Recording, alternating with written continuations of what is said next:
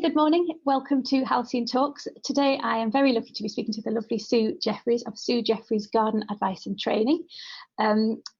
We are today going to be talking about horticulture and the massive impact that plants and wildlife and nature in general can have on your well-being.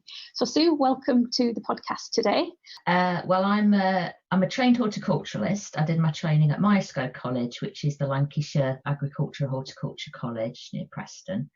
I started there about 15 years ago. How does your work change from season to season? Well, I'm very busy in the spring and the summer. That's good.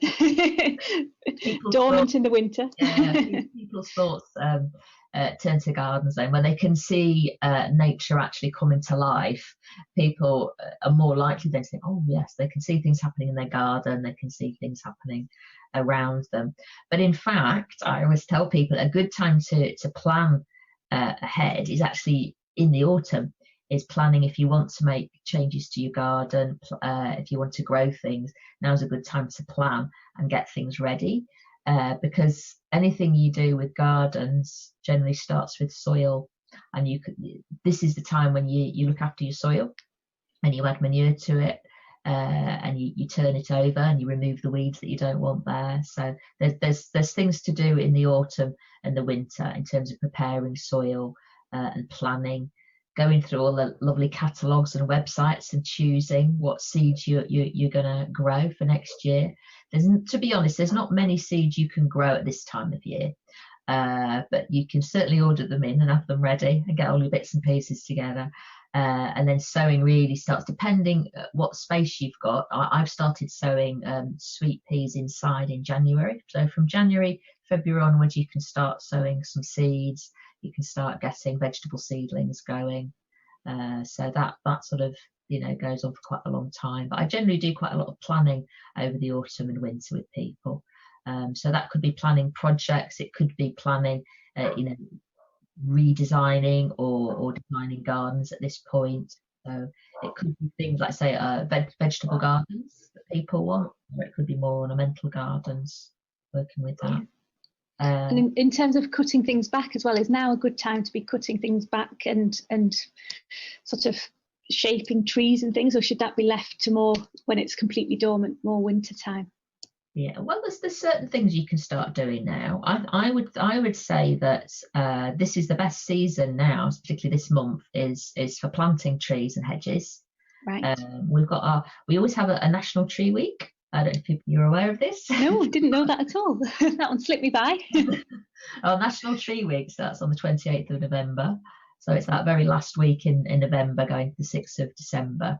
And the reason that's National Tree Week is most people think, the leaves are all off the trees then, but it's a great time to plant trees. So it's when the weather's cooler and moister and the ground's cooler, that's a really good time to plant trees, because deciduous trees are, as you said, they're sort of dormant.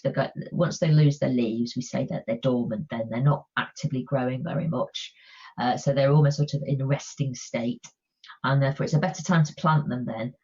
They'll be less stressed. When you plant them in, you don't necessarily have to give them gallons of water, which you would have to do if it was the spring or the summer and it was dry.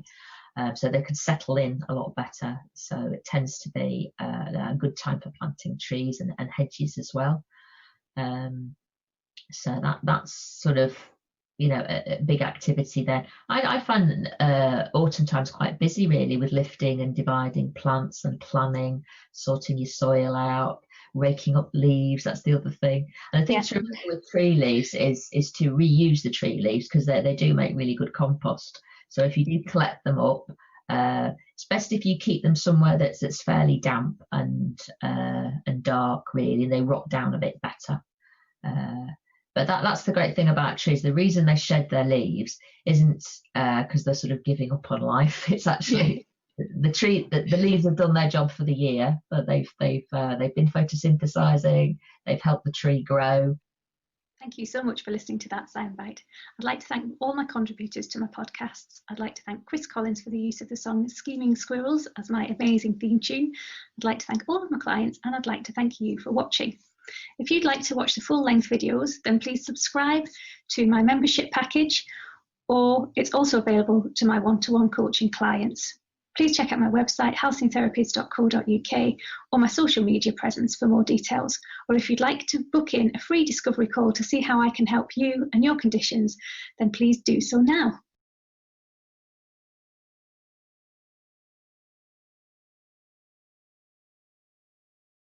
My email address is sarahc@halcyontherapies.co.uk if you'd like to connect. Thanks for watching. Until next time.